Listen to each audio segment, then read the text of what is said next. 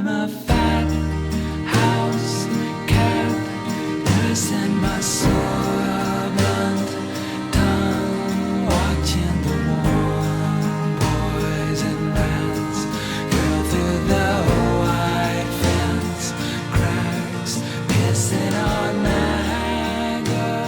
Iron and Wine is the stage name of Samuel Bream, and he is an American singer-songwriter. His first album was home studio recorded and released on the Sub Pop label, which seemed to specialize in alt forms of music, and that was released in 2002. He's had 9 more album releases since then, 3 of which are collaborations. Hi, my name's Dan. So this is the 3rd album by Iron and Wine, and it's my first time listening to it. And this has been described in various ways. I would kind of agree with the label folk rock, but it's also, I would agree with the thought that it's singer-songwriter.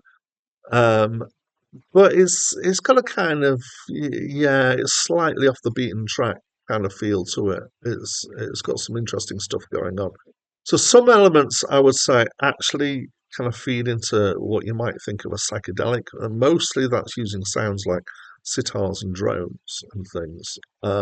There's percussion at times, but I'm not sure I remember detecting any drum kits at any point.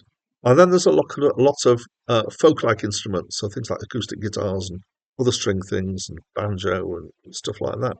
And then I say other sounds like drones and sitar, and I think samples as well, but it's hard to tell at times these days. And I think that one of the disciplines of making music in, like since 2000, has been to use samples and live instruments and to kind of mix the whole thing in such a way that you can't really tell which is fine. Sometimes there's unusual sounds, though, making the backing generally feel somewhat eclectic. But actually, despite the fact that we've got folk instruments, it feels quite processed.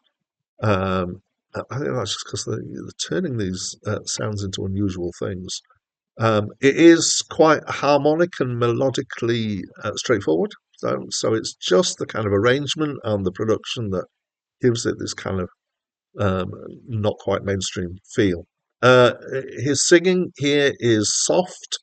It sometimes sounds like he's in a bathroom, which has got a kind of tight reverb on it. It's slightly ethereal.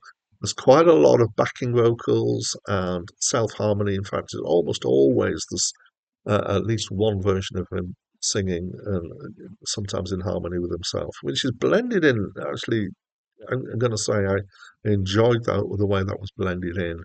Um, the words are curious and interesting. They're mostly painting pictures, I think.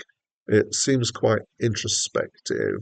It kind of feels, somewhat intimate overall, despite the somewhat processed feel, which is interesting. My favourite track was probably the song of the Shepherd Dog, which is a nice track. In fact, overall, though, I enjoyed it quite a lot. It's unusual in a slightly intriguing way. I particularly like the musical production. I was less keen on the vocal production. Um, yeah, so that's what I think. What do you think? Please tell me what you think by leaving me a comment. That's it from me for now.